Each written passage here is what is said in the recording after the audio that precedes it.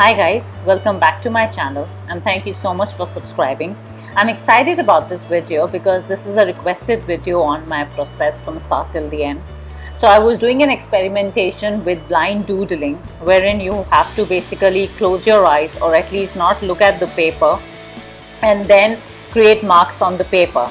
So that was the first step I did on this particular piece, that I took a micron pen and I blind doodled a pattern on it, post which I started filling in the colors.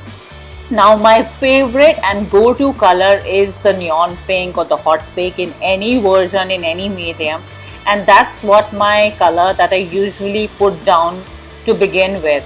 And it kind of for me starts the process in terms of the fact that I then decide what will come next and where it will.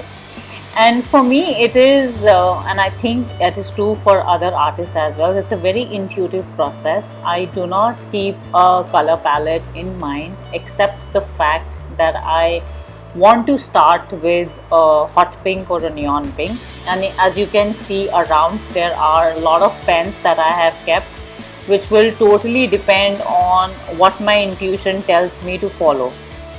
Of lately, I have started using dark colors and primarily black a lot because I think I've tried to understand that how do you bring in a contrast in a particular piece. So I took an online course by Janet Skates Art, and she mentioned that do not be afraid of picking up a dark color right in the beginning of a piece, and I think I've started doing that. Also, as you can see, I started filling it, in this particular, the black one, I started filling it in, and then my intuition told me not to fill the entire piece in, and I started putting in gaps. So that is what I'm doing. I'm picking up the piece a lot in my hands to see what do I want to do next in it. And now I've got the Posca pens, which initially was not my plan, but as I said, this is more to do with the fact that whatever my intuition tells me, I will start picking up those colors. There's one thing that I've realized in my choice of colors is that I don't like muted dull colors a lot. My play is more to do with the bright colors. And actually I was not aware, but I checked a video on YouTube from another fellow artist, and she mentioned that apparently all colors, be it a red, blue, yellow, green, orange, purple, all of them have a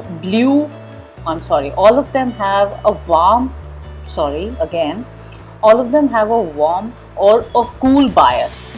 Now this is a very tricky part because when I look at colors, I'm not sure I'm able to understand this part completely, but I'm trying to get into understanding it.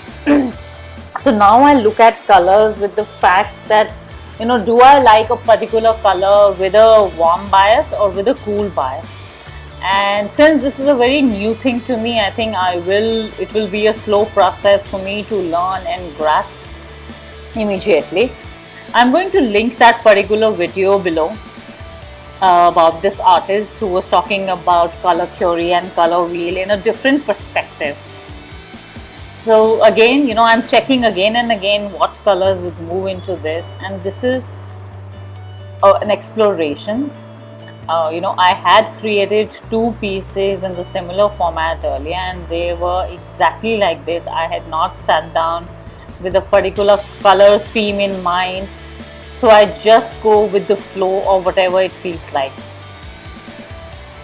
This piece might look a little unfinished by the end I reach, and you will soon see why I say that, because somewhere here when I was putting dots, I think it went amiss and I was trying to rectify it, but then after a point I just left it at that because I wasn't sure what to do next, so I just left it. And I hope you like this video, and once again thank you so much for subscribing. Do hit the subscribe button. as this channel is more about exploration and learning while in the process. Thank you so much.